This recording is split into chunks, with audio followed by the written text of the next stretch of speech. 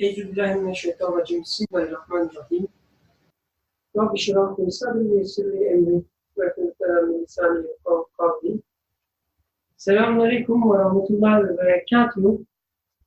Inshallah, we will continue from the 23rd word, second chapter, and still with the third remark. O man who worships this world, is the lover of worldly life, and is heedless of the meaning of the most excellent of patterns. The old Said is the name of the author. The old Said saw the reality of worldly life in a vision. It transformed him into the new Said. You too listen to it in the form of a comparison. I saw that I was a traveler and was going on a long journey. That is to say, I was being sent. The one who was my Lord gradually gave me some of the money from the 60 gold pieces he had allotted me. I spent them and came to a hostel where there were amusements of all kinds. In one night in that hostel, I spent 10 pieces of gold on gambling, amusements, and the enjoyment of fame. In the morning, I had no money left. Moreover, I had done no trade nor bought any goods for the place I was going. All that remained to me from the money were sins and pains, and from the amusements, wounds and sorrow. While in that sorry state, a man suddenly appeared. He said to me, "You've wasted all your capital and deserve punishment. You are going to your destination bankrupt and with your hands empty. But if you have any sense, the door of repentance is open. When you receive the 15 pieces of gold that remain to you, keep half of them in reserve. That is, obtain the things necessary for you in the place where you're going." I looked, my soul did not agree to this. So he said, "A third then." My soul still did not obey him. Then he said, "A quarter." My soul could not give up the habits to which it was addicted. So the man angrily turned his back on me and left. Suddenly the scene changed. I was in a train in a tunnel, which was traveling fast as though downwards vertically. I took fright. Well, what could I do? There was no escape anywhere. Strangely attractive flowers and enticing fruits appeared on both sides of the train. And I, like the foolish and inexperienced, looked at them and stretching out my hand, tried to pick them. But they were covered in thorns and tore at my hands when I touched them, making them bleed. With the movement of the train, my hands were lacerated at being parted from them. They cost me much. Suddenly, a porter on the train said, "Give me 5 kurush, and I shall give you as much of the flowers and fruits as you want. You are caused the loss of 100 kurush, with your hands being torn, rather than 5 kurush. Also, there is a penalty. You cannot pick them without permission." In distress, I put my head out of the window and looked ahead to see when the tunnel would end. I saw that in place of the tunnel's entrance were numerous holes. People were being thrown into them from the long train. I saw a hole opposite me. On either side of it was a gravestone. I looked in amazement. I saw that written on one of the gravestones was the name Said. In my bewilderment and anxiety, I exclaimed, "Alas!" Then suddenly I heard the voice of the man who had given me advice at the door of the hostel. He asked, "Have you come to your senses?" I replied, "Yes, but it's too late now." So he said, "Repent and place your trust in God." I replied that I would. Then I awoke and saw myself as the new Said. The old Said had disappeared. So that was the vision. May God cause good to come of it. I shall interpret 1 or 2 parts of it. Then you can interpret the rest for yourself. The journey was the journey which passes from the world of spirits through the mother's womb, youth, old age, the grave, the intermediate realm, the resurrection, and the bridge of Sirat towards eternity. The 60 pieces of gold were the 60 years of life. I reckon I saw the vision when I was 45 years old. I had nothing to guarantee it, but a sincere student of the all-wise Quran advised me to spend half of the 15 that remained to me on the hereafter. The hostel for me was Istanbul. The train was time, and each year a carriage. As for the tunnel, it was the life of this world. The thorny flowers and fruits were illicit pleasures and forbidden amusements which cause pain while indulging in them on thinking of their passing, and on separation lacerate the heart, making it bleed. They also cause a punishment to be inflicted. The porter on the train told me to give him 5 kurush, so that he would give me as many as I wanted. The meaning of this is as follows. The pleasures and enjoyment man receives through licit striving within the sphere of what is lawful are sufficient for him.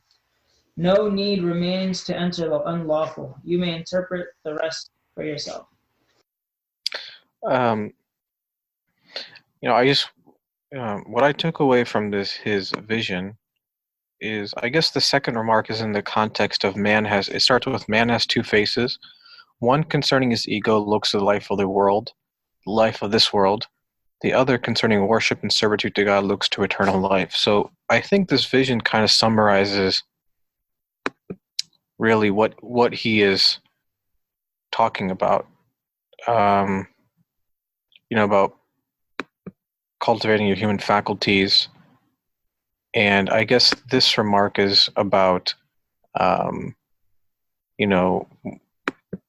what, I guess a continuation of that. But what is man to do with what he's been given? And I guess he gives that in the way of his vision, in that whatever man's been given in terms of his faculties, his human faculties, is not for the worldly life, temporary worldly life, as he says. It's not, the world in and of itself isn't the ends. So taking pleasure in the world, one, is not satisfactory to the human being fundamentally. But even then, taking pleasure in the world for the worldly, for just temporary sake, doesn't make sense. It's not compatible with how the human being is. And that's what his vision's showing, is that his long journey that he's on, that's life. And he's given a short amount of time, 60 pieces of gold being his 60 years of life. And if you really think about it, I guess maybe not to say like I'm old, but I guess as you get older, you really kind of realize how short life is. And I guess the people who are older than me here, not to name any names, they can probably attest to that how quickly time passes. Like if you really sit down and think about it, it's honestly harder when you're 20 or even in your 20s, but when you get to like 30s or 40s, it kind of dawns on you that, people die at age 50, 60, 70. So theoretically, half of your life is possibly gone. And when he had this vision, he was 45 years old. And I think he lived to about above 80, but nevertheless, half his life is gone like that. So what's he really doing in this world? And you can spend some years of your life, or many years of your life for that matter, on really nothing. If you think about it, temporary amusements, that's what he calls it: gambling, amusement, and enjoyment of fame. Things that man is trying to fill his self up with, that is just a replacement. Like he can't gambling in the sense that, just rolling the dice on your years of life and trying to find pleasure in whatever you think may work, amusement and enjoyment of fame, because somehow man thinks that will give him satisfaction, because that's what he finds within the world as being as a sort of replacement for eternal sort of desire. And because man isn't content with the world. I don't think any man fundamentally is. Even no one's content with transience or temporary pleasure. It doesn't make sense. So you realize you don't belong to this world really ultimately. And as the vision goes on, he says,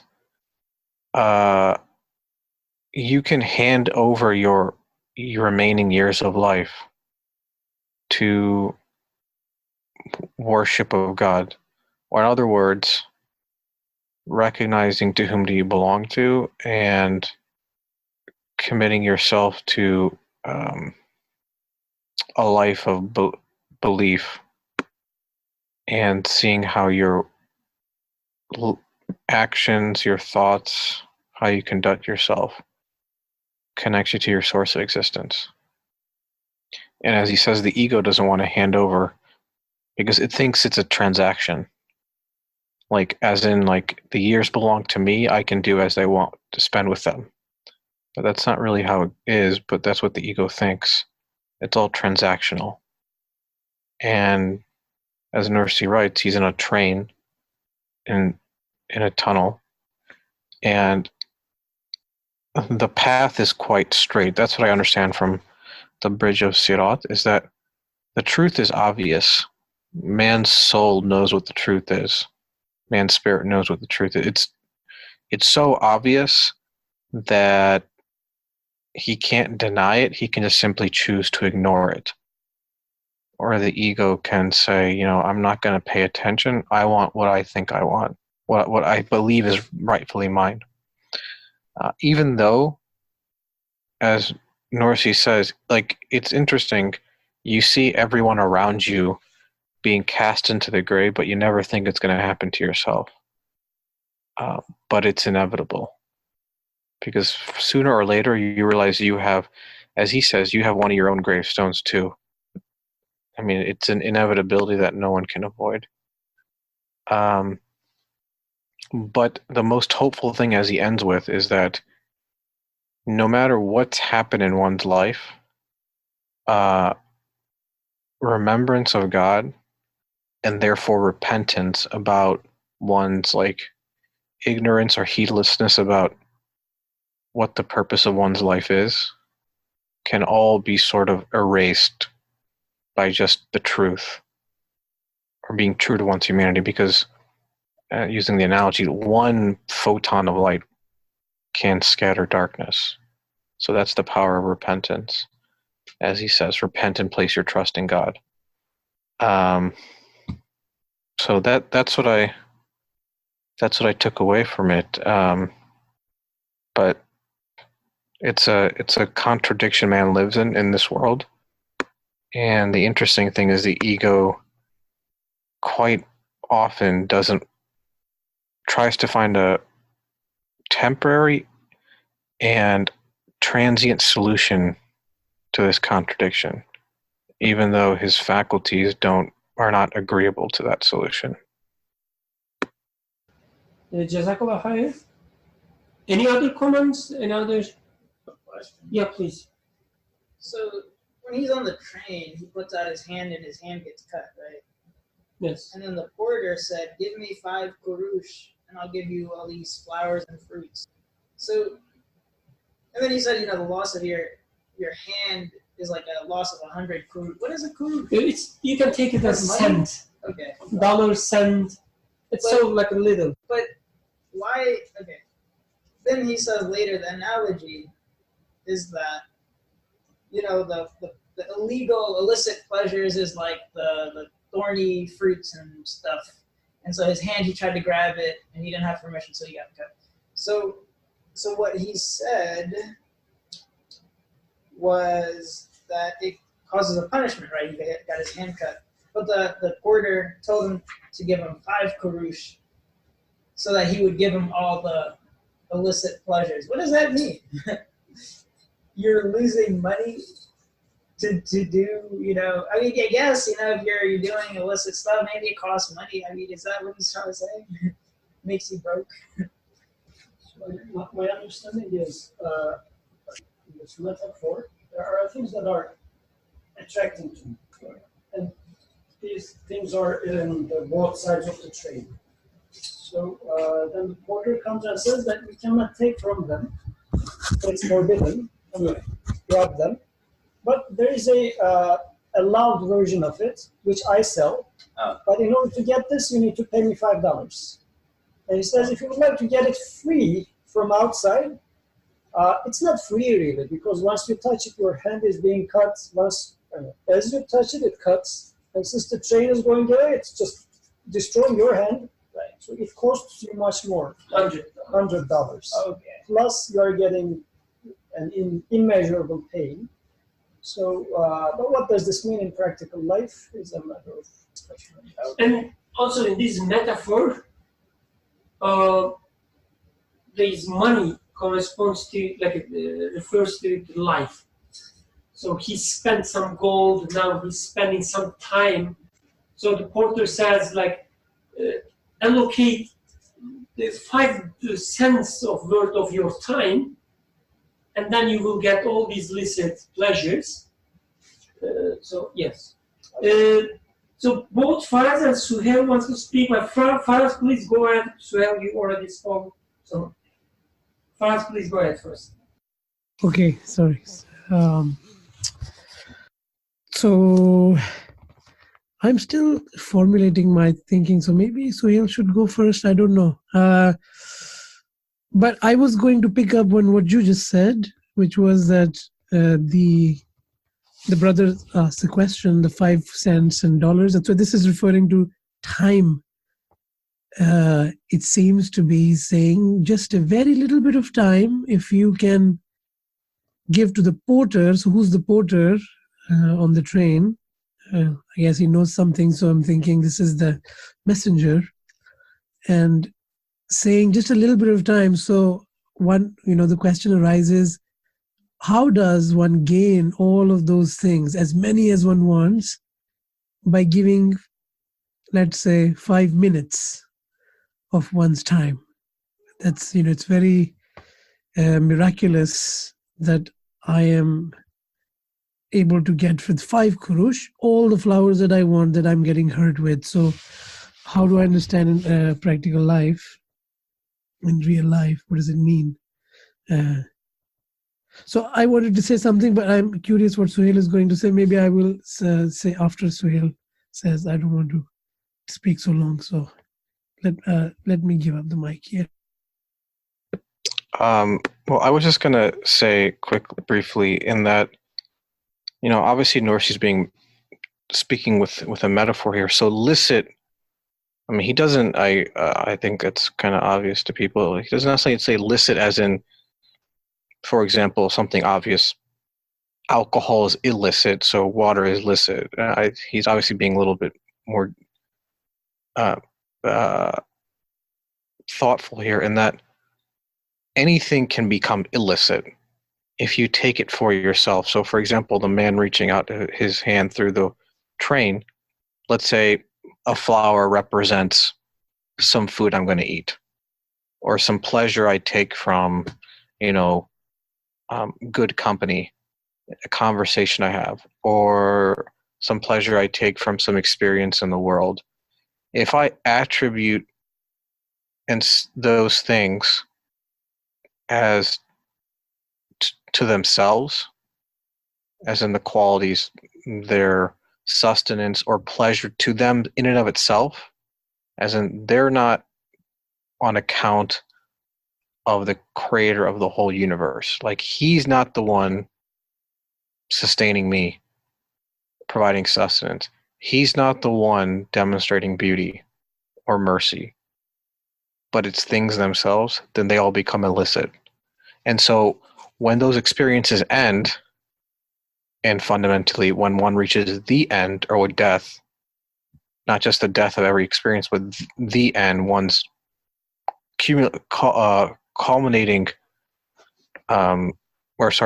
cumulative years in his life as what we call death, then everything you realize is a pain in the moment and at the end. Whereas, as everybody was pointing out, handing over 5 khurush, or just simply acknowledgement, as Nursi uses sort of a method, you reflect, acknowledge, thank, and appreciate. Who is the one providing? Who is the one sustaining? Who is the one bestowing? Then it's not just one thing becomes licit. Everything becomes licit. In other words, you realize the entirety of the universe is made for you as a person, and no one can take it's essentially given free, as in there's no, like, he doesn't mean 5 cents, $5, as in I transact in monetary terms, but reflection, acknowledgement, thanks, and appreciation is what makes things illicit. And you realize the whole universe is made for you.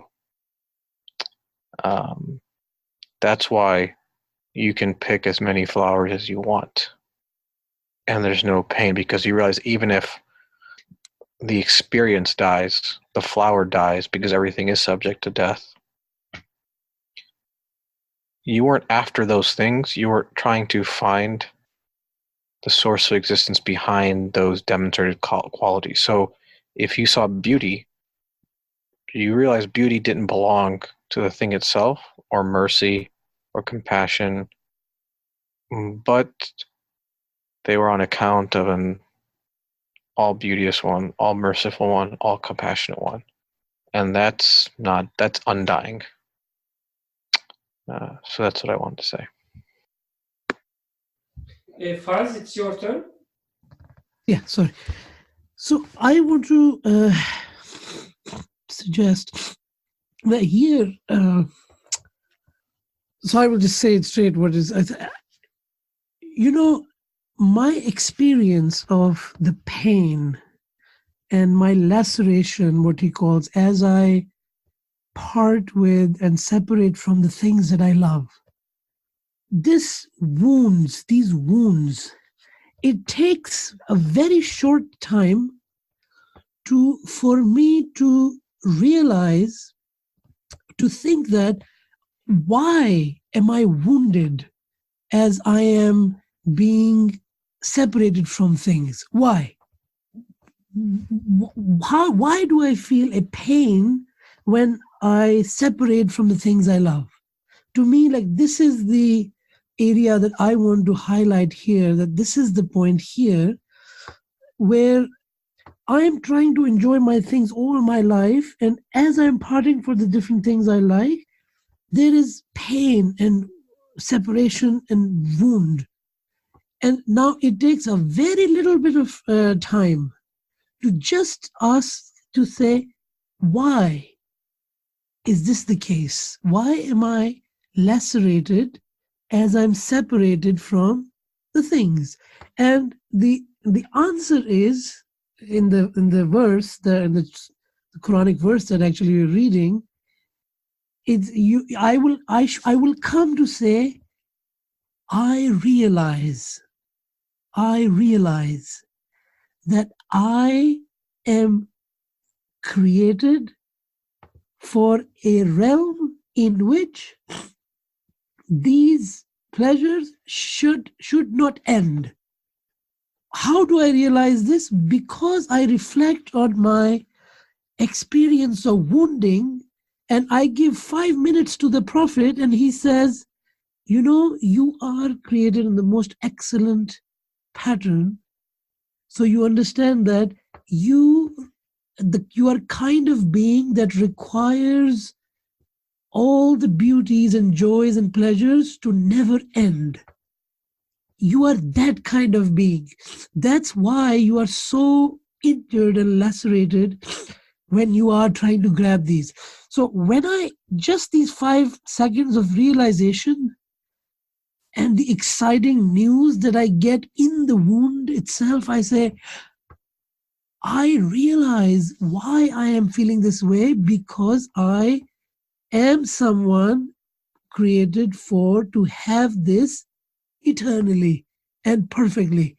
Now, in this realization, as if I already got it, as if when I reflect on it, I start to already have those flowers. I see the sign in me, in the wounds, through the wounds.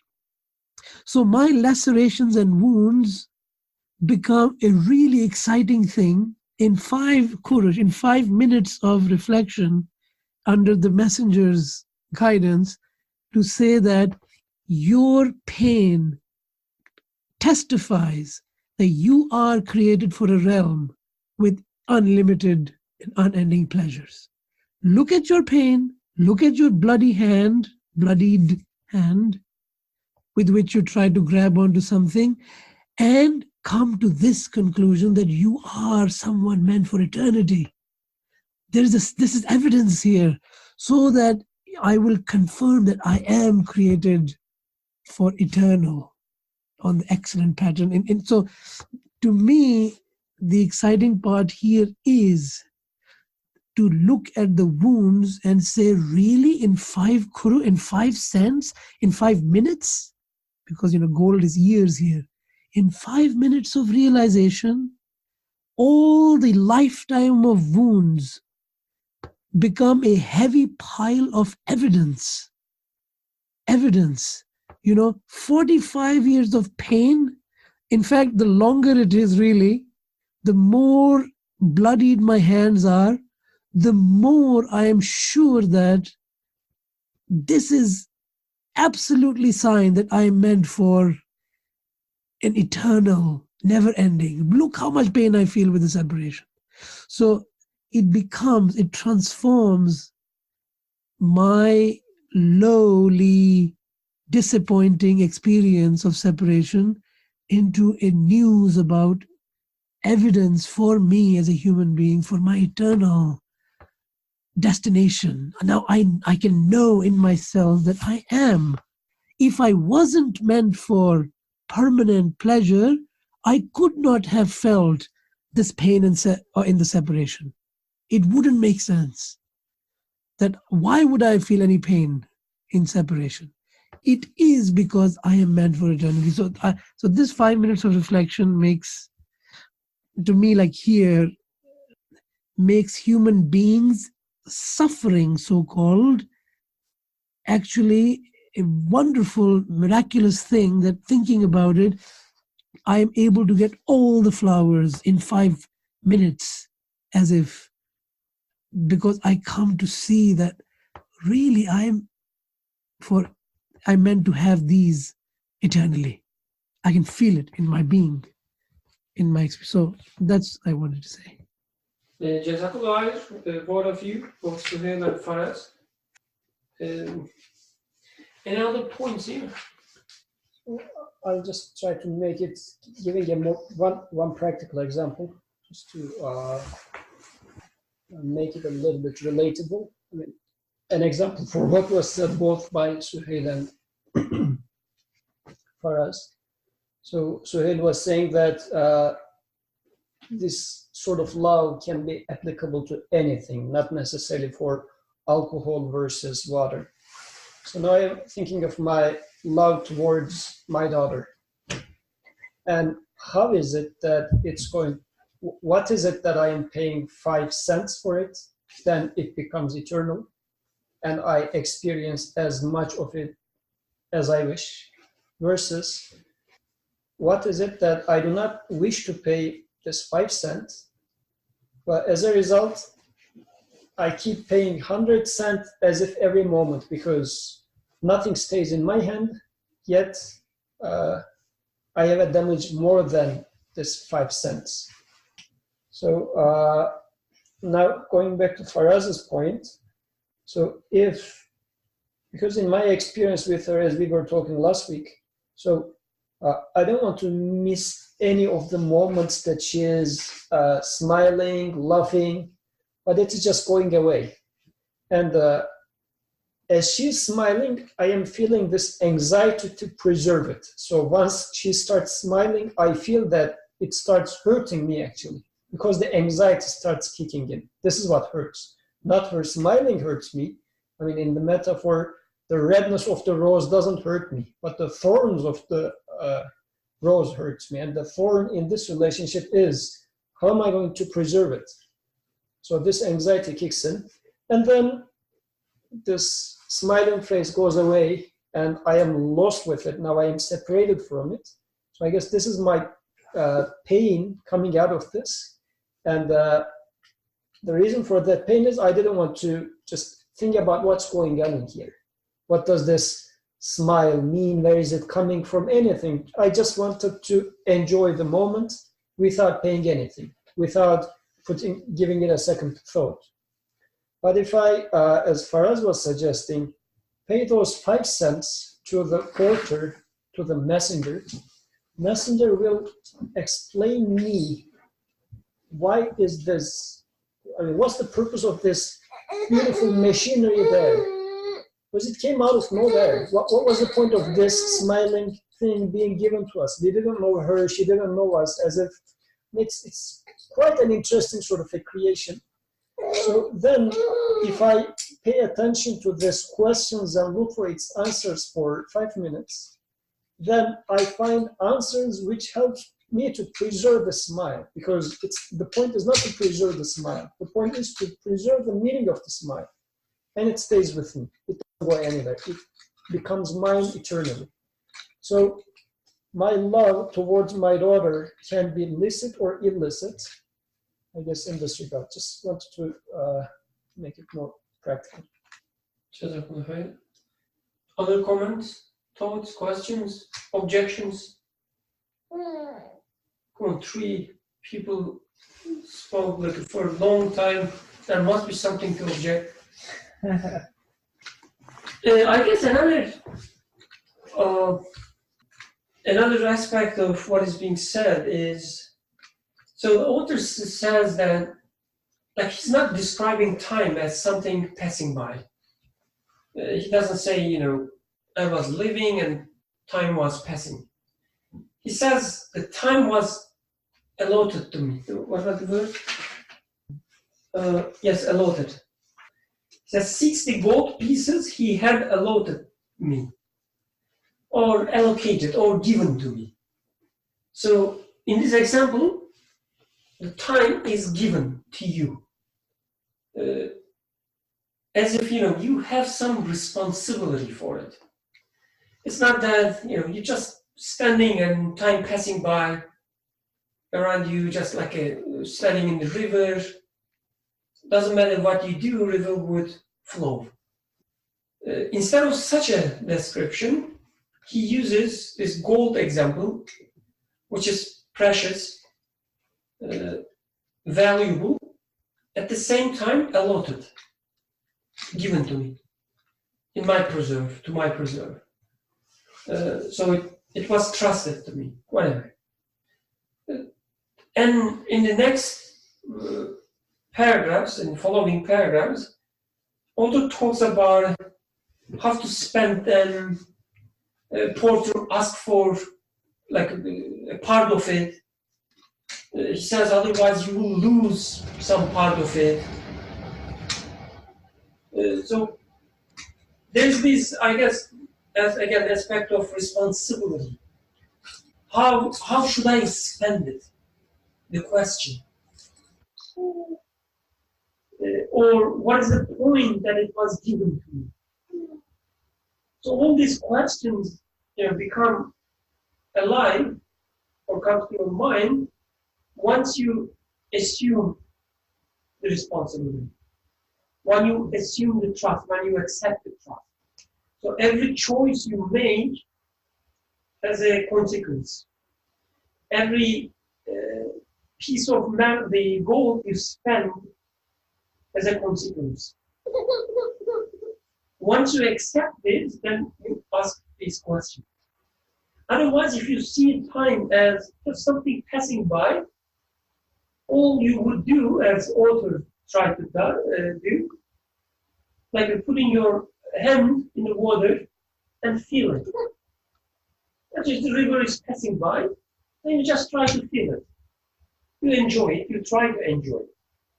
Just like author does. He takes his hands outside, try to grab these flowers, fruits, whatever. I guess it also has this aspect that, you know, not taking the responsibility of time. It's not something, you know, allotted to me. It's just passing by. I'm just living my life. I'm just enjoying. I'm just X, Y, whatever. And he said, when you do that, it hurts you. And I guess there's like an other phase of the matter when we talk about the responsibility, when we assume the responsibility, there's also a chance, as his ego does, claiming ownership on it, saying that, this 60 piece of gold is mine. I can spend it any way I want. So trying to rely on yourself, your decisions, your choices, assuming that you know best for yourself. I don't need any guidance. I don't need any coach. Who are you telling me how to spend my money? Who are you telling me how to spend my time? I guess this asking for 5 cents or dollar or push has also this flavor in it. Like telling you that this time was given to you for a reason. You should feel the responsibility for it. You cannot just spend as you wish. This time or whatever is designed in a way, when you spend 5 cents, in return you get these and that, all these fruits and flowers. But if you don't do that, if you act against your design, against your reality, truth, it will leave your hands. So you cannot design your reality. You cannot decide what is right, what is wrong. You need guidance for that. So if somebody, of course, you have to accept it as the guide, messenger, but you should be looking for a messenger. That's the point, I guess. But once you find your messenger, once you find your guide, you should take it serious. If the guy tells you spend $5, spend $5. You cannot just say, oh, no, I understand you, but you know what? I found another way in which I will spend just $3, but I will get the same thing. Which, like always, it just reminded me some discussions in Turkey. You remember the 5 daily prayers? Oh, no, it's actually 3 daily prayers. Like, people discussing, not something mainstream. I guess it happens everywhere. I, let's say personally, being convinced that this book is telling me that I should pray 4 times. And then something in me, like this ego, says, oh, you know what, we can, it doesn't matter, it's 5 times, 2 times, 3 times, it's your day at the end. So 3 times should work as well. So negotiating with the porter. So yeah, I guess that's all. So it's sort of like you're in a foreign country, and you don't know the language, and you're trying to get to some destination, and you obviously need a guide. And the guide tells you, go to this restaurant. It's very good here, and it's also cheap.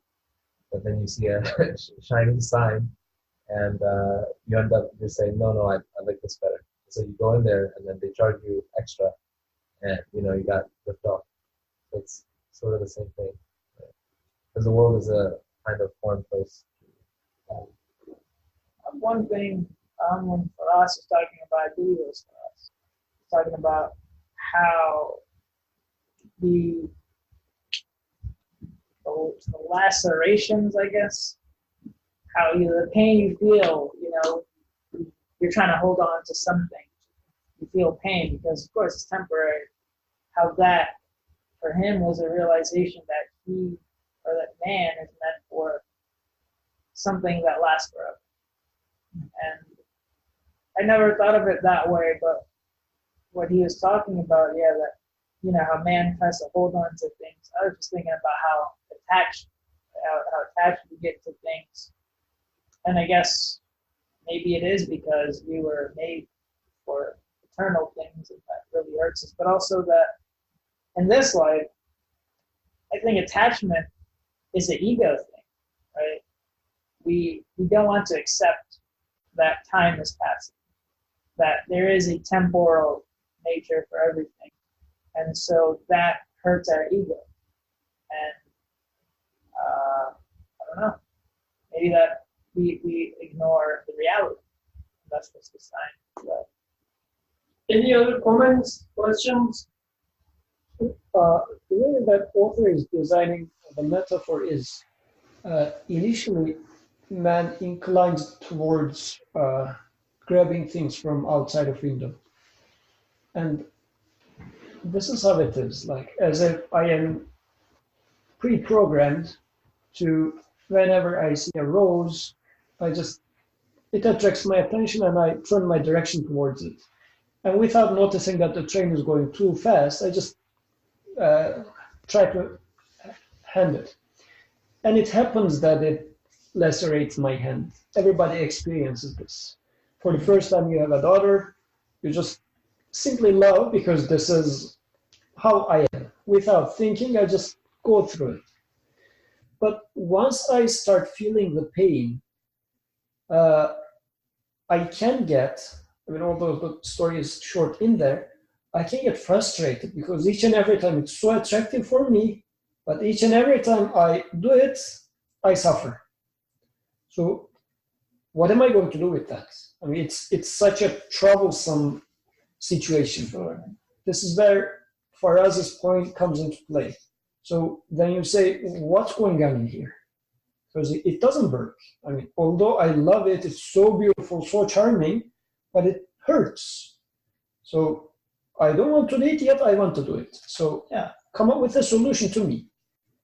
As if at that position, if, let's say I'm a little bit wise, what I would do is, even if the porter doesn't come, I will go out of my room, knock other doors. Hey guys, do you know how I can figure this out? It doesn't work. okay. So as if a porter is necessary in this case. Otherwise, being on this train in such a mindset is going to be torturous. But can you learn from your own experience and pain not to grab for the fruit? Even if you like it, you realize you shouldn't grab it because it's going to hurt you. And still it will hurt me in this case too.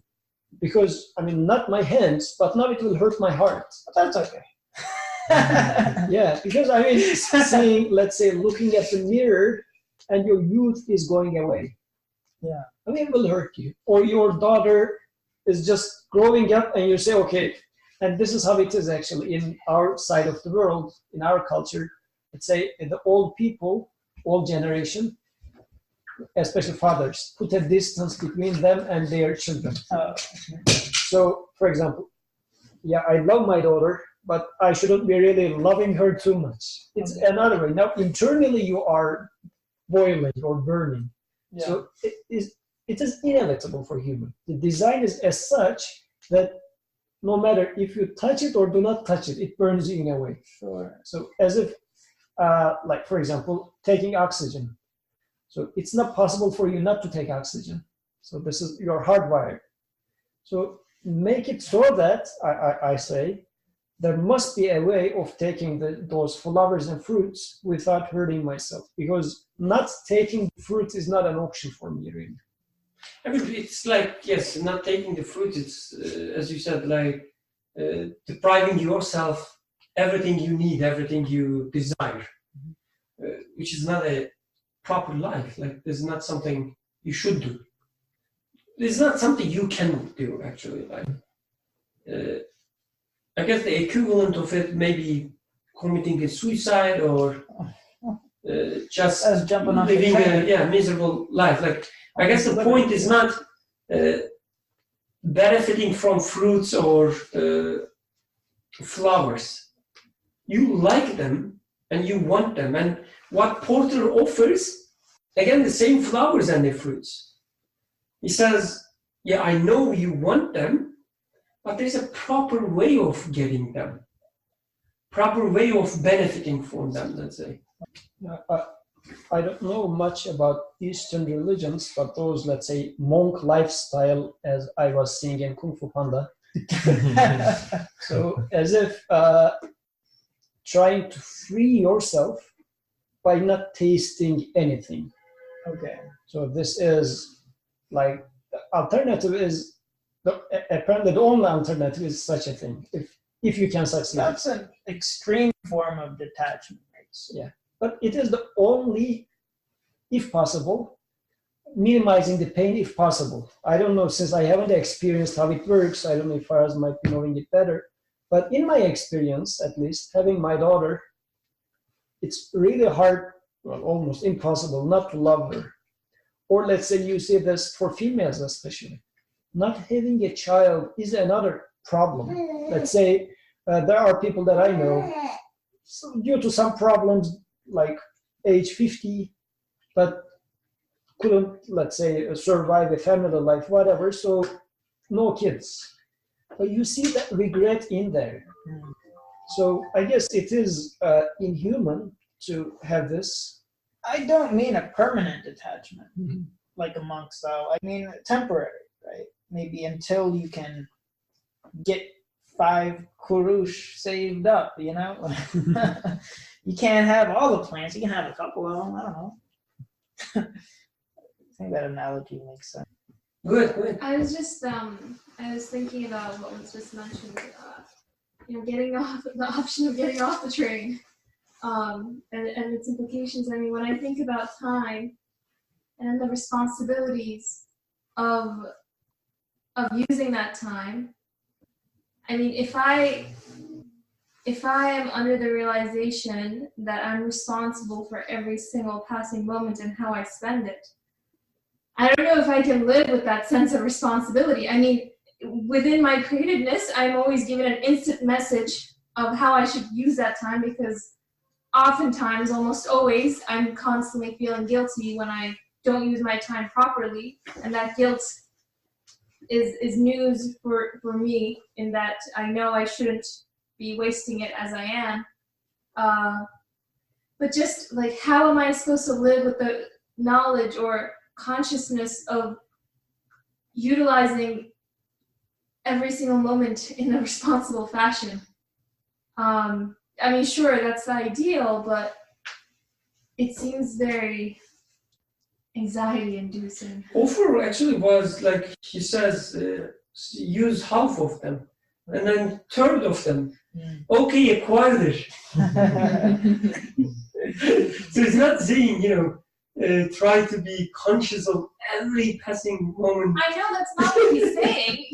That's not what he's saying. But nevertheless, even if I'm abiding by it, just using a quarter, I know that I'm nevertheless still responsible for all of it, because all of it is being constantly given to me. So regardless of how much is expected, that responsibility doesn't go away. The feeling of guilt or other feelings that accompany with it don't go away. And it's usually, for me, I mean, it's better to ignore all this talk. I don't know. Emin and then Faraz, please. Yeah, Ayşenur's voice is a little bit faint, but I think this is not Ayşenur's fault. That's the Birkan's fault, so I'm sure he can do something about it. So anyways, I would like to better understand the emphasis on the word responsibility. I didn't quite connect that concept, at least the way it's defined in my mind, to the text that we are reading. Faraz, please go ahead, and then Asim, you can go after the Faraz. After Faraz. Okay. Yeah. So I actually I don't want to echo or second Amin's question. I think I understand a little bit why Birkan brought it up in terms of, we are allotted time. And I think you started by saying this is allotted, so it cannot simply be just, thought of as just let it pass by, and doesn't matter how I choose to spend it, and so on. And then we have several references to the ego. And I guess, want to raise a flag about these concepts, because it's not clear always what exactly do we mean. Ego, should ego be a negative thing? Is responsibility a responsibility to someone, or a built-in response to actually unburden myself. So when we talk about I have a responsibility to not burden myself, the English word responsibility feels a little different. It's like responsibilities we understand as socially sanctioned, so that society expects, or everyone expects, or the religious people expect, or the prophet expects, or God expects something. So we tend to think it is coming from the outside and holding us responsible. But when you say it's self, you have a responsibility to not hurt yourself. That kind of I think what the text is kind of talking about is, why do you hurt yourself for something that you can get without hurting yourself? And in fact, why don't you understand that that hurt is a sign for you that you are on the most excellent of patterns? So we shouldn't forget that this is indeed, and the responsibility, if we want to call it that the chapter, the surah that we are reading, again, just to emphasize that this is a commentary on a chapter of the Quran, and there, the only practice, so to speak, it talks about is believing, mainly. What makes the switch from you being lowest of the low to highest the high is that you believe, or rather you come to be secure. So how do you come to be secure? You read the sign in your hurt. So in other words, what Aisha Nur is saying, it's a perspective, and it takes really 5 seconds or 5 minutes. And I don't think that we should read into this saying that you will never lacerate your hands anymore. But the switch of perspective that takes a minute is to say, I am doing something to myself here. I am given this sense that I cannot really do without. I have no justification to say I'm not going to love beauty. Why don't I have a sense for love of beauty or love of something? So I have no right to say, well, I'm just going to ignore it. So what am I going to do about it? So I'm going to have a perspective, which is what? Which is perspective is to say, I am hurt with temporary separation because, one of the brothers, I guess, sitting there is saying, maybe this means we are for eternity. Yeah, that's fine. That's you're expressing your, as you honestly, that's fine. I think the text or the Quran is asking us to come to be sure by reflecting, by giving 5 minutes and reflecting. How do you explain being hurt at separation? What makes you say it's your ego or you're being egotistical? Where did you get this idea from the ego? Did you learn it from your maker? What is he trying to tell you? What is the sign in it? So how will you read this hurt? So I think responsibility is to have the right perspective, which is unburdening yourself. So it's a responsibility to find what you're looking for without hurting yourself, as Yusuf was saying. So it shouldn't be thought of in a way that produces anxiety and burden. It doesn't make sense that way. Anyways, so just going back to this responsibility concept, I was thinking about how can you call it a responsibility as in something being externally delegated onto me if it's already kind of like a part of who I am, or like part of the job description, if you will, although that's not perhaps the best sort of analogy to make here. So, there's this something that has been given to me, and in my nature, I see that if I don't utilize this thing in a certain way, I suffer. I am left wounded. I am lacerated. I just drown in sorrow. And it's the very nature of the fact that I feel the suffering that makes me realize the wounds and the nature of my relationship with this thing that I'm not utilizing. properly. So if not for the laceration, then I would not necessarily even come to a sense of awareness of my relationship with this, quote unquote responsibility, although, not as a responsibility being, externally delegated, but rather something that is already within myself to begin with. And the loss of time, I guess, is at my cost. Like there's a direct relationship between, I guess, not utilizing this time in the way it ought to be with feeling this suffering. And going back to the concept of the guide, it's only when I recognize the guide is saying something that his words relate to something because of the suffering that I find myself in. If it wasn't this way, then I would just, I wouldn't pay heed to him. And also,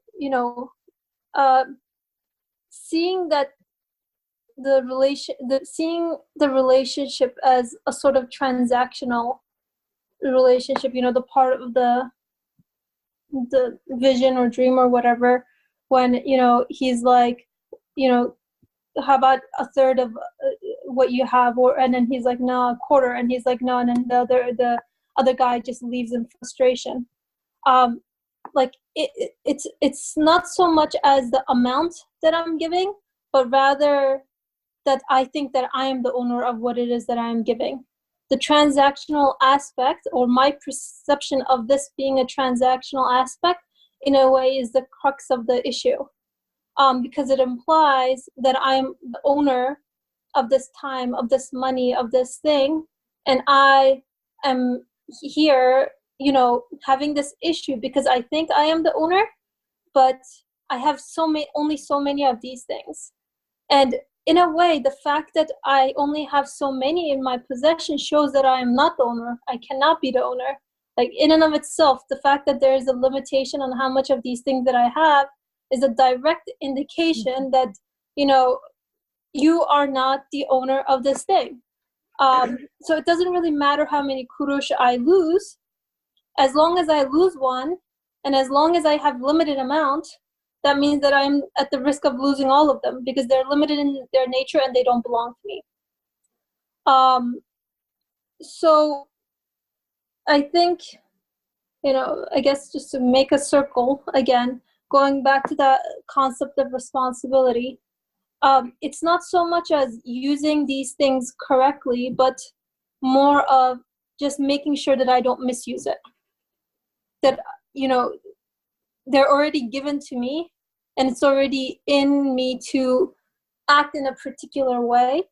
So my responsibility is to use my free will in a way not to act against myself, not to act in contradiction to the way that I've been made, that I find myself in.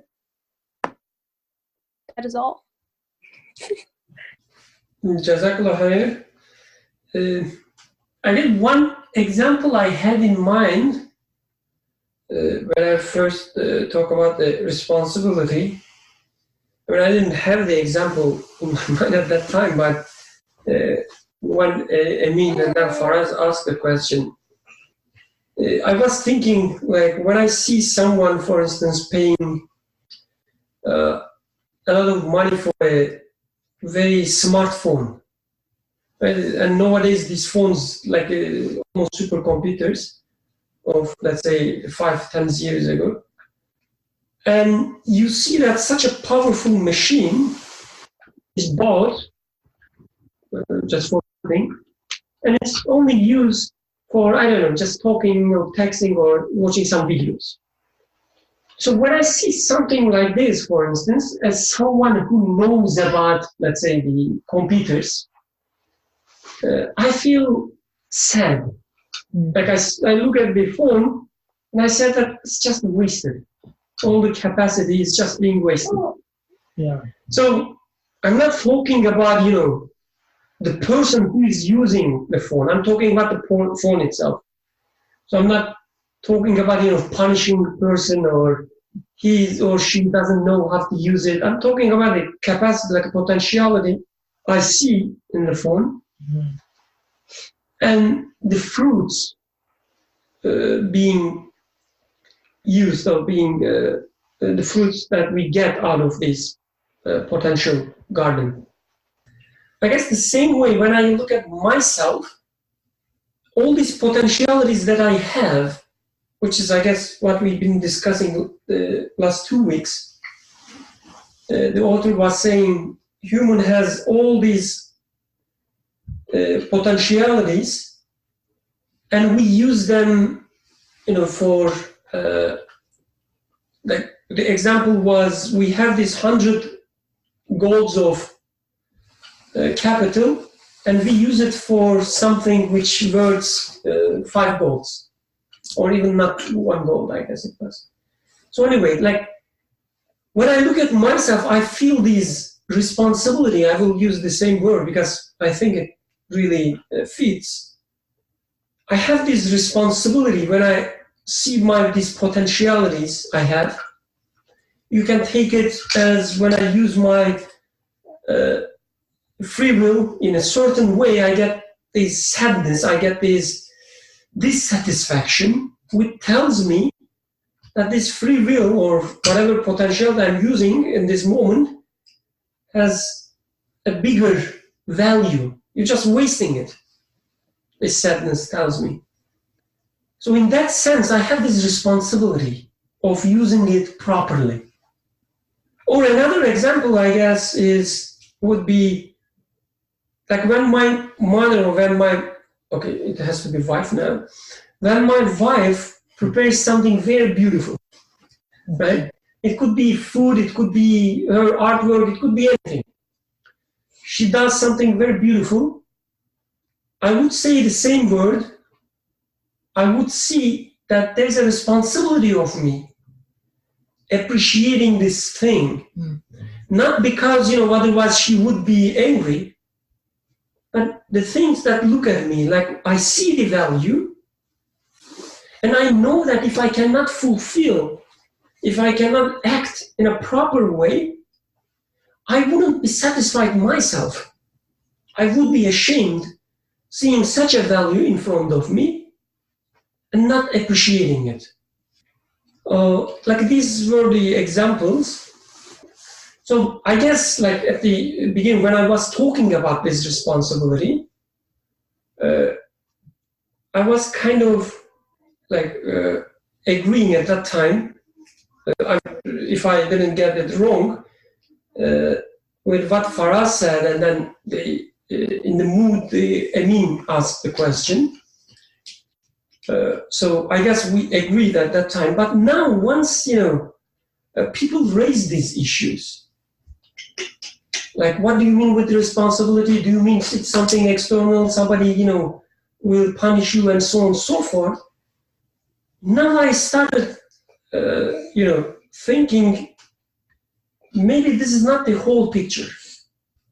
So, because, I don't know, even when we talk about sadness, when we say, okay, well, I do something and I feel sad or I feel dissatisfied, therefore, I shouldn't do it, or I have this responsibility against me, protecting myself from the sadness or not hurt me, like we say.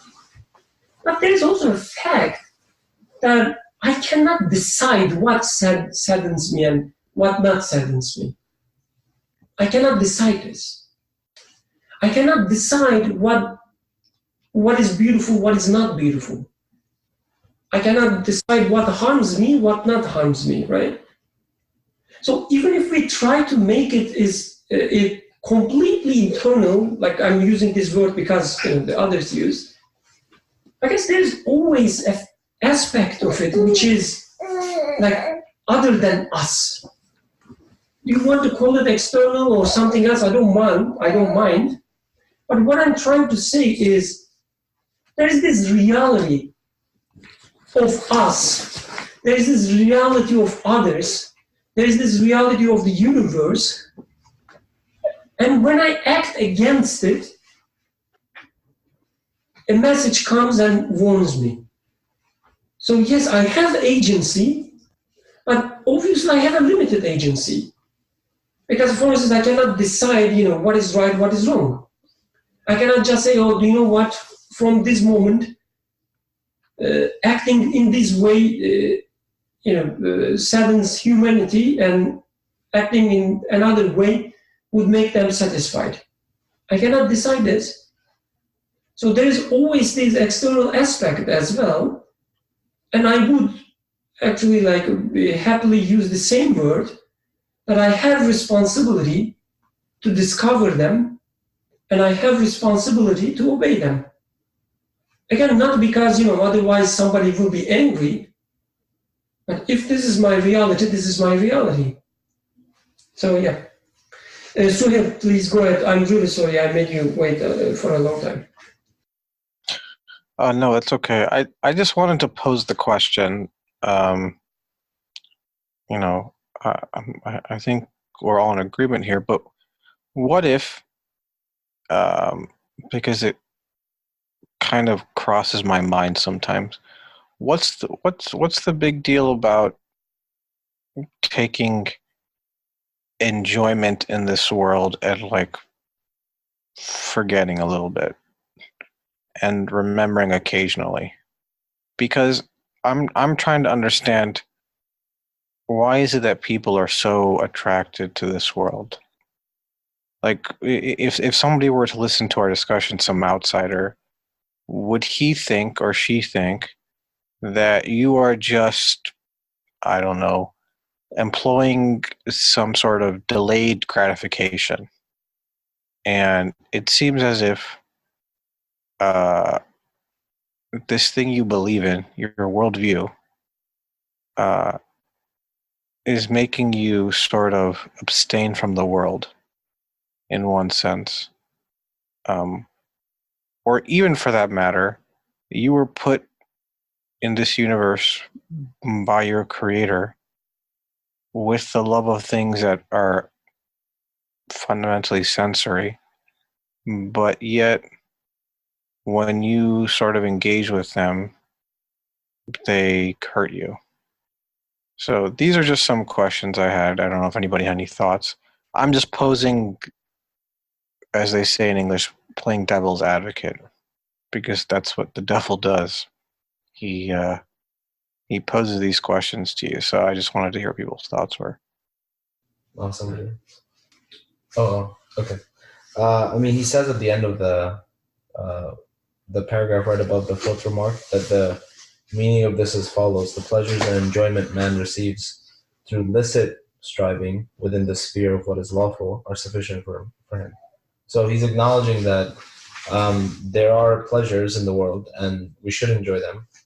So it's not like because one of the this is why we need a porter, right? This is why we need a guide, because yes, when you use sort of that mental conclusion, the conclusion is that yes, the world is somehow illusory or deceptive or completely useless, right?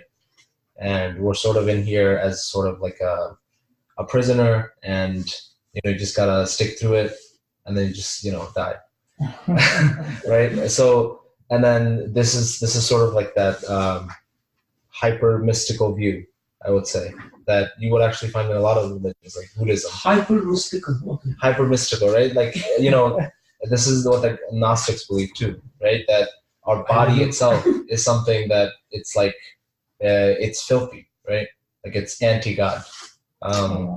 So I think we can go a little too far with that, and I think this is why we need a porter to actually say, no, here, give me 5 pennies, and I'll give you some good things to enjoy. So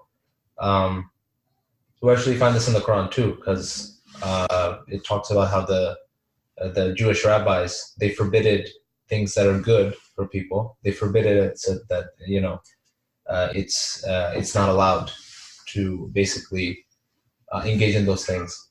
But then Allah talks about the Prophet, and he says that he's making the good things permitted for you. So he's not denying that there are good things, good pleasures. He's saying that stay within the good pleasures, because even if you go with other pleasures, it's just going to make you more unhappy. So why don't you just do the things that make you happy, in a sense? So I will say something. Please take it with what is it called, grain of salt, because I guess there should be a balance there that we should be careful. But I'm just trying to raise the expectations and grab the attention. So I will say something very bold. Okay, everybody ready? I'm going to So when you say, there's these good things, we should enjoy them, I guess author even telling something more extreme. So what is illicit, in one example, that he's trying to reach the fruits, flowers, it's illicit when you do it that way. But what Porter offers is the same thing. Mm-hmm. Yeah. So what is illicit, what is not illicit, it depends on how it's gotten. How it's gotten. Yeah. What perspective you are looking to. How you approach it. How you are approaching. Are you trying to steal it? Exactly. So, like in this, I said, this is bold because this also means like everything you have, no matter what it is, everything you have, every desire you have, every need you have, can be read and can be applied and can be used in an illicit way. There is no such thing as, this part of me is illicit, so I should get rid of it. Mm-hmm. No, there is nothing wrong with the part. There is something wrong how you approach this part. So my ego always, asks me to do this, asks me to do that, or my soul. I should, get rid of my soul. I should get rid of my ego. I should suppress them. Author says no. Porter would come, teach you the correct way, and you will start enjoying it instead of being hurt.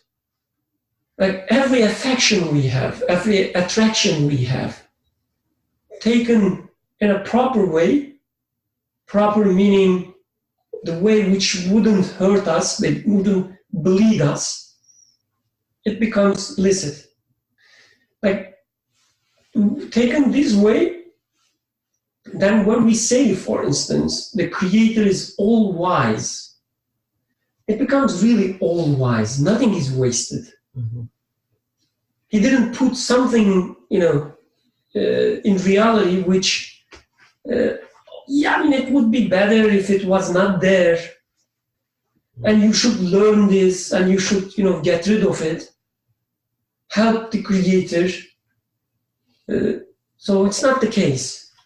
He's all-wise, meaning whatever you have, even if it, seems illicit, your attraction to the opposite sex, it seems illicit. Approach it right way, it becomes licit. Even practically speaking, it becomes a seed of family. So just to make sure we are all on the same page, it might be a repetition for some people, but licit, illicit means halal, haram. We all know, right? Mm-hmm. Just let's go to the very basics, but let's be very open and speak flatly, okay? So when we say halal and haram, as Suhail was saying at the beginning, alcohol is haram, water is halal. So we can ask the question, why alcohol is haram, yet it is created? Why water is created and it is halal? This is a question, and a proper and good question, because what's the purpose of that? And a very basic answer that comes to my mind is, it is a training of a sort. Like anything in this existence is a training, and the owner of this existence saying that, okay, everything you see in here, you can use them, but you see a few of those in here, I don't want you to use them. What sort of a training is that? I am experiencing, by abiding by these, that there is an order, there is an owner, and by just following it, I am reminding myself and actually experiencing this sort of a relationship. Man, just one addition. I guess we shouldn't also forget that, for instance, eating wood also haram. Is it? I mean, hear me. Or eating concrete is haram. You shouldn't eat concrete. That's a great analogy. It doesn't mean that concrete was created for nothing. Yeah. So I guess the same way, the alcohol, just because you choose to drink it, it doesn't mean that it was created for you to drink it. But I mean, it being a Just as an example, yes. But it being a drinkable thing, yet me ask not to drink it means something. So because I'm practicing something in there, right? But as Suhail was saying, there is something more in there. How about drinking water? Is it always licit? Is it always halal? Let's say, like, man-woman relationship. But the author is saying that I'm going to give you one with as much as you want for 5 cents. At most, I can get 4. Not as much as I want, if I want to take it literally. Yeah. I mean, definitely we are not going to take it literally here. So what is going on in here? When it comes to my love towards my wife, is it 100% halal the whole time? I think this is what is being said in here. It is saying that if you approach this relationship, again, although from like classification of fiqh, your wife is your halal, period. Nothing to debate about this. This is not the point here. But the point is, I was giving the maybe less thorny example of my daughter, but same applies to my wife as well, or to my parents as well. It might be that I might be just loving the temporary beauty of my wife, thinking that this belongs to her, for instance. It's not manifestation of God's beauty, but it is as something that belongs to her, and with my eyes, as if I am trying to steal it, just capture those moments because it belongs to her, and I'm just getting it from her. This is the mindset of the guy in the train that's trying to get it from outside. It feels like it doesn't have any owner, and he wants to grab it. And I am thinking that the beauty belongs to my wife, but she herself cannot preserve it anyways because she's getting old. But I'm just trying to get as much of it into my eyes as possible. And then, but all those moments are also going away. This is a haram way of approaching my wife. Same thing applies to approaching water. For example, my hometown is famous with very beautiful drinkable water. But if I say that, oh, Malatya's water is the best, open the tap, it is so cold, it is better than those bottled waters, this water is now haram to me. Because I am attributing all those beauties to the water. And now that I am away from my hometown for 10 years, like, oh, if only there was Malatya water right now. I mean, any sort of attachment as such becomes a problem to me in its detachment. Bleeds you. It bleeds me. So the last sentence that is translated into English in one way, but in Turkish actually it might be understood in 2 ways. Nursi is writing in a cryptic way, as if he's saying that, let me define what halal is. But now this is not a halal description from fiqh point of view. But now in the second version that we were talking, he says that halal is the one that gives you joy. Halal is the one that satisfies your desires. Haram is the one that will never satisfy you anyways. No matter how more you gather of it, it will just keep burning you because each and every time you touch it, it bleeds, and its separation, it just destroys your hand. And this is what I experienced. It might be with my wife, it might be with my parents. How do I love my parents properly? I mean, you might be the most obedient son. Is it good in all cases? No. No, it's not. And your parents might be the most religious people, and you are the most obedient son. Is this truly halal? So I think this is what I was understanding from Suhail's initial statement, saying that Nursi is going much deeper in here. Like we can read text in both ways, and not to say that, because once we make these sort of distinctions, we are getting to say that, well, it doesn't really matter this halal haram in the sense that alcohol, no, it is also important. So let's not lose the balance in there. The other one, yes, it now makes it much more organic, and it spans everywhere in life. But again, when I go to grocery store, I'm not going to, I'm going to make a knowing and conscious decision not to turn to where bacon is being sold. And this is going to remind me something also. I mean, in my relationship to my wife, I'm going to be conscious to be in a certain way, but also in grocery store when I do not grab alcohol, I should be knowing that this is a conscious choice, and it is part of my training. So, I mean, being reactionary to another extreme shouldn't make us not benefit from this either. So it's not external in this case. Still, it is part of me, as far as I understand. Emin was raising hand, so please go ahead, Emin. I'm fine. Go ahead. So I hope we didn't cause any dissatisfaction, or so anyway. I hope it's the case that you get the answer that you were trying to get. That's the only reason you don't want to speak now. Any other comments, any other questions, objections? I want to comment on what you said. I don't think what you said is that radical, because the Islam's view on human beings is that they're fundamentally good, right? So if human beings are fundamentally good, then nothing within them is something that's sort of foreign or weird, or whereas a lot of other ideas don't have that idea, because it is sort of counterintuitive. Because if you just sit down and if you really sort of think superficially, you might think that humans are fundamentally evil, right? So, but if you think deeper, then like you said, all of the base desires that human beings have, they can be used in a good way, and they're actually meant to be used in a good way. So I don't think it was that radical. I think it's a good point. Any other comments? So there's one point which attracted my attention when I was reading again. So let me read. It's just the second paragraph from the very beginning. He says, the one who was my Lord gradually gave me some of the money from the 60 gold pieces he had allotted me.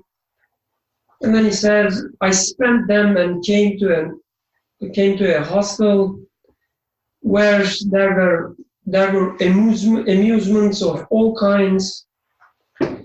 In one night, in that hostel, I spent 10 pieces of gold on gambling, amusements, and enjoyment of fame. In the morning, I had no money left. Moreover, I had done no trade, nor bought any goods for the place I was going. I had no money left. Moreover, I had done no trade, nor bought any goods for the place I was going.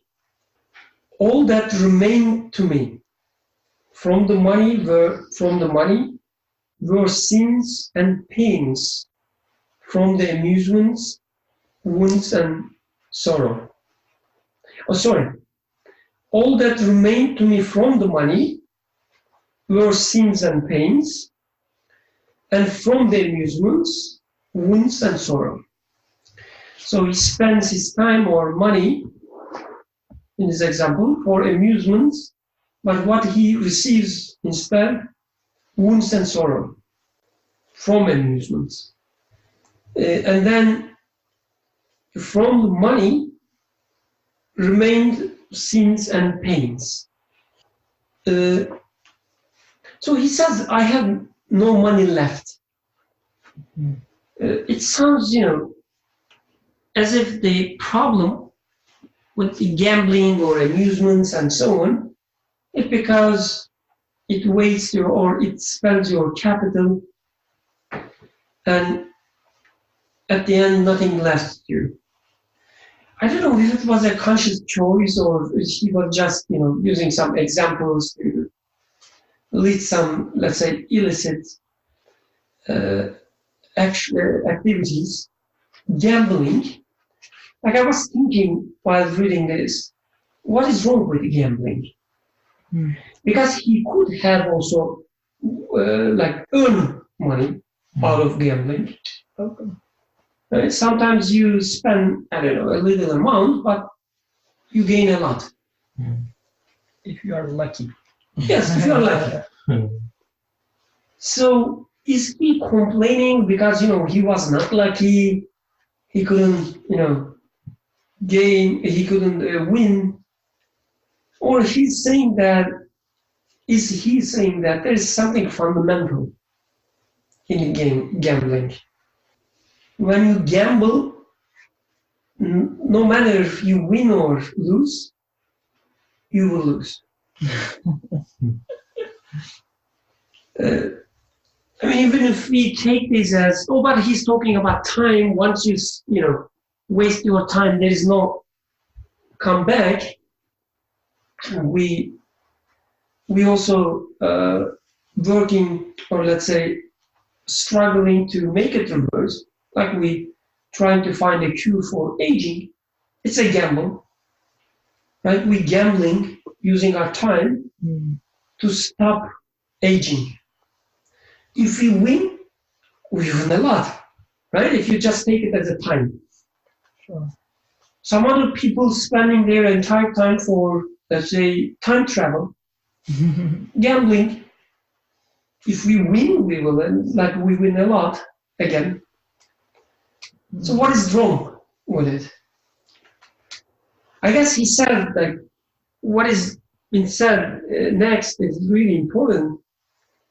I had done no trade nor bought any goods for the place I was going. So I guess whatever you do, stop aging, invent time travel, or whatever you do, there is this unchanging aspect of you, which is like you are a human being. You will have all these needs, you will have all these desires, and everything around you will change violently and constantly. And you cannot change this. Because you cannot create the universe as you wish. Even if you had, such a power, I guess that's the important point of talking about multiple names. We say that God is not only all powerful, but also all wise, also all merciful, all X, Y. So even if we, had some powers to create something, we wouldn't know what is good for us, what is not good for us.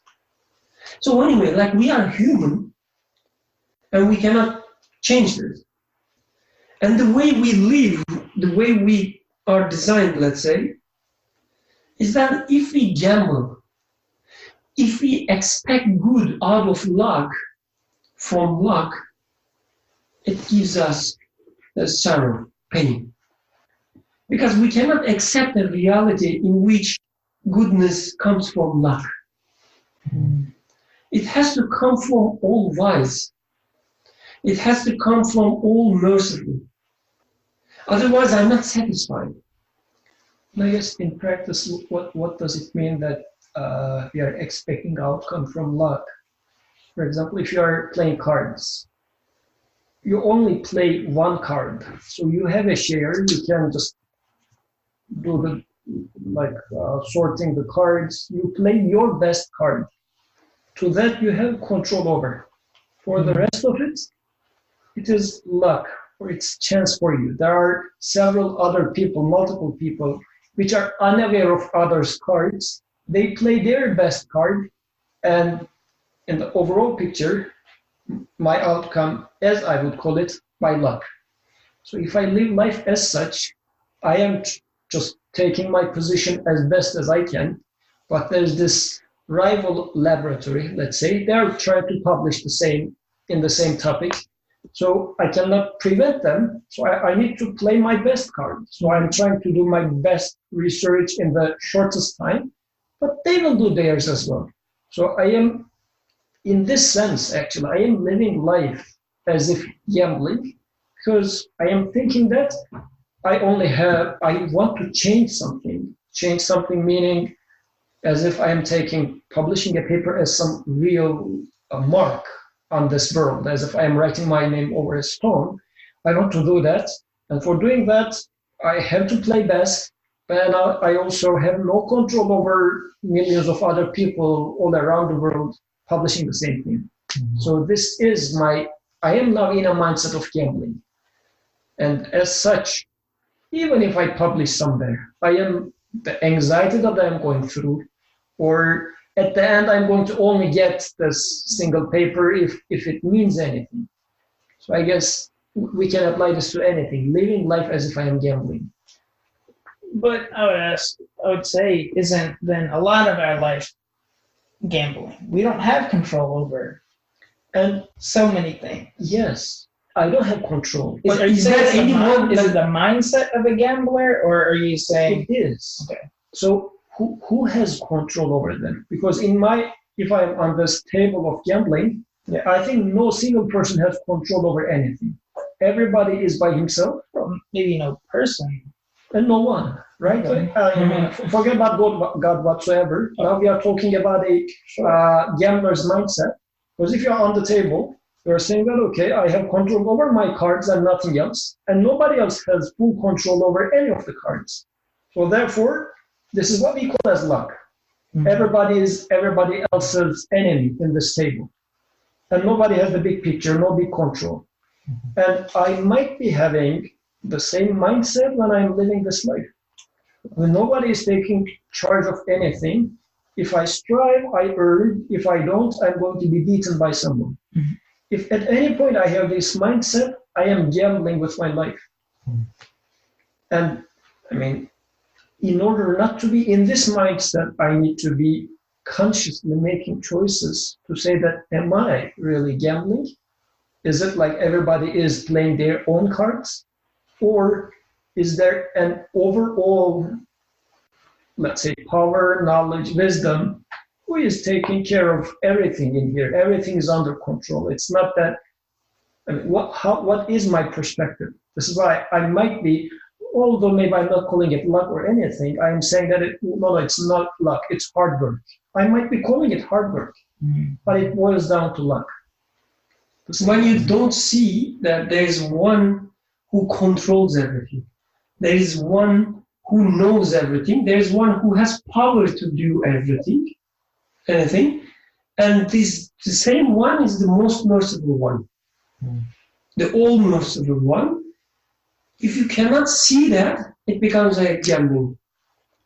But isn't it a kind of duality to recognize that you don't have control, that you don't know what will happen, and so to you it feels like gambling, but you can consciously recognize that God is in control, but to you it feels like gambling because you don't know. If you are not aware, like if you are not sure of the outcome, aware. Sure. If you're aware that, everyone has cards, that God dealt the cards out, but to you, you're feeling like you're gambling because you have the cards, but you know that God gave them out.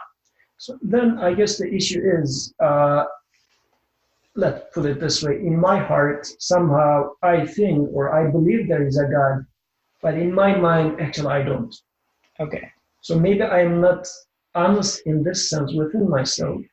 I mean, what's happening in this case generally, the way I feel it is, so belief and unbelief is not really black and white. Sure. At the same time, I might have some sort of conclusions about, seeing the existence, it's so magnificent. And of course, there has to be a superpower, which I call God, I say, perfect. But this doesn't make me a perfect believer in every facet of my life. When it comes to, although it looks like an umbrella term saying that God must have created everything, but when I go into details of my life, I might say that, well, maybe I simply forget, or maybe I ignore, or it might be that I have, let's say, my phone has a light like this. Okay? But if I do not turn it on, and the phone being in my pocket doesn't enlighten my house if it's dark. Okay. So I might be having this conclusion that there must be a superpower which is creating the DNA, let's say. Perfect. But did I enlighten this sort of a, or apply such a thing, or even investigate if this applies to my work life? If I haven't, still I might be truly thinking that I am gambling, or I never considered that such a God, quote unquote God, that somehow I concluded for DNA, but I never concluded about it when it comes to my work life. Still, I am living my work life as if I am taking charge of myself. God is not there yet for me. I mean, my belief didn't enlighten this environment for me yet. I have to interrupt because Suhail is waiting for a long time. So Suhail, and after that, Muhammad is also waiting. Let's listen first Suhail, and then Muhammad Said, inshallah. Well, my comment wasn't really about gambling, but it was a little bit earlier about the idea that, like, what does it mean to be because I brought up the question about kind of living in the moment. I guess you can call that gambling if you don't attribute that moment to an all-wise, all-knowing, all-powerful, all-willing creator of the universe. But to take the opposite view and live like a monk or one who practices monasticism, to me, that's also a bit disingenuous. I mean, some people may not like this, but because it ignores the fact that you live in this world. So I guess to me, that's the balance. On one hand, I live in this world, but if I drown myself in it, then I miss the point. But on the other hand, if I think I can remove myself from this world, then I also miss the point. Because what is the point of the world? Like, you're telling me the world has come into existence with me in it, and yet it has no point. Its point is for me to not engage with it. Then what all-wise creator can I even be talking about? Nothing, because I have no relationship with the world. So, to me, the balance is, or the middle way, or the sirat al-mustaqim, is when you do engage with the world, as you can't avoid, because just by living in the world, you're engaging. Just by breathing, eating, and sleeping, you're engaging with the world. It's unavoidable. Question is, how do you interpret your experience? What does it mean to you? How do you make sense of it? That's how that becomes illicit for you. Otherwise, to me, it's illicit both ways, as I see it. It's illicit if you drown yourself in it and pay no attention. And it's illicit to me, you made it illicit both ways. And it's illicit to me if you say, I'm going to remove myself from it by condemning the universe. Well, you essentially made the world illicit for yourself. And in a way, you completely denied its purpose. So, I mean, therefore, the universe is illicit for you. So, what I mean to say is, there is no such thing in and of itself that's illicit. Like, it only becomes illicit by our worldview as it manifests in our choice. So, for example, alcohol in and of itself isn't illicit. It's licit in the sense that, it's given existence. It must be the result of an all-wise creator, as Birkan and Yusuf put it. It must therefore have a purpose. Whatever that purpose is, I may not understand it per se. It's only illicit as it pertains to my worldview. Sorry, it's only it's illicit in the sense of materially, but its licitness or its quote unquote permissibility is that it comes from the creator of the universe. That's what makes it licit for me. Otherwise, everything becomes illicit.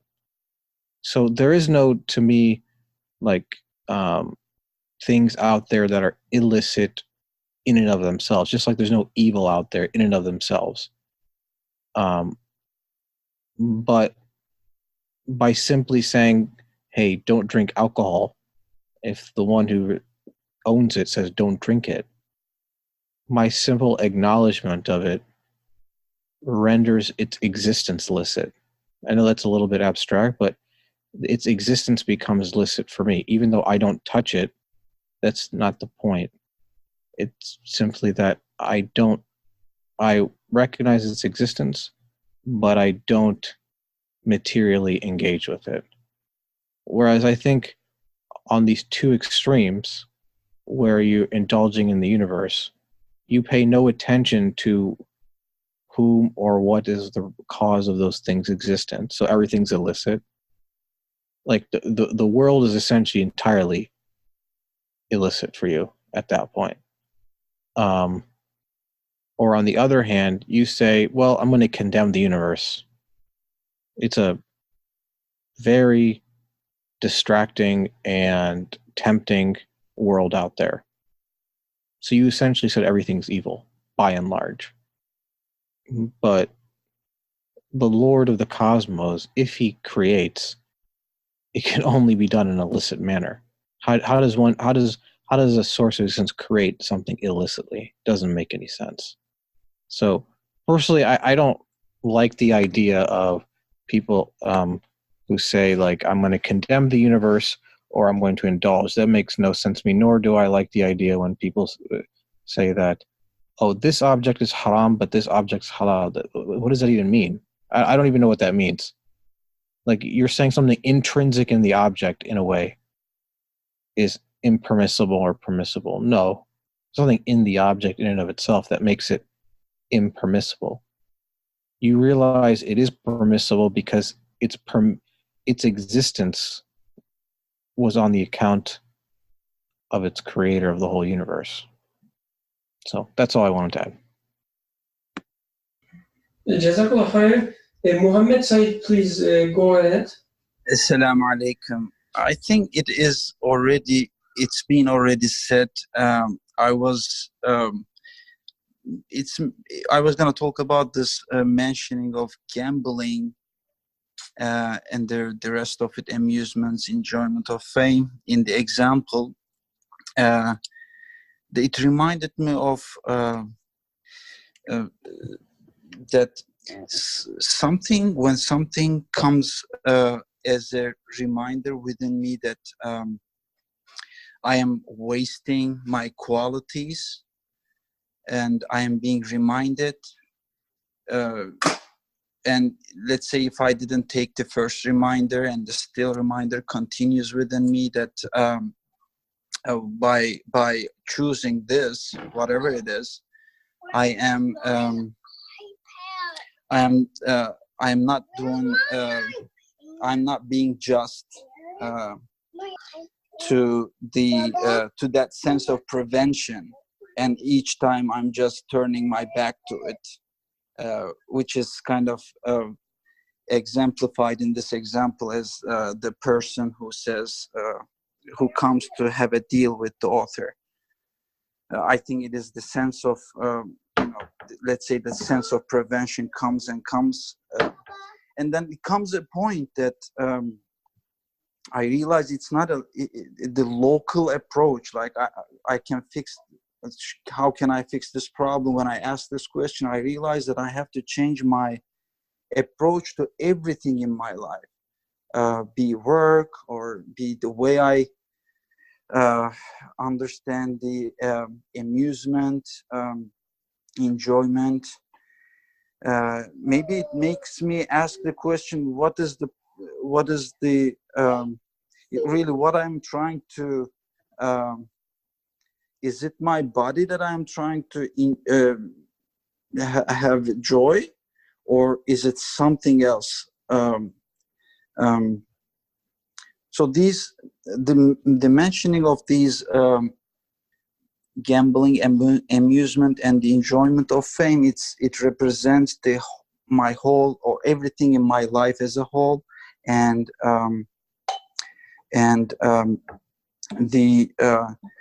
the change takes place when I accept the deal when I accept the deal coming from that sense of prevention, that I am being guided to change everything in my life, like change my perspective over everything in my life, not only one thing. And I think it is also related to the context here. The author mentions this as a major point in his life, that is that a major change is taking place in his life from old to a new version. So it's like a total change. And plus, it means or maybe this is something I'm going further, but I wanted to say that the purpose of these kind of problems are the purpose of the existence of this problem, or equals to trainer, is to make this change. And it is only possible when I give up whatever I have as the way of living, as the way of perceiving. Unless if I don't really give it up, the change doesn't come. Because it is only possible when I give it up. That's the way it is made. So by relying on my way, as it was said before, I really like that. By relying on my approach and still expecting a change, I'm actually expecting a different kind of creation, different kind of a system that I am not really able to make, that I'm really not able to bring into existence. سبحانك لا علم لنا إلا ما علمتنا إنك أنت العليم الحكيم. الفاتحة.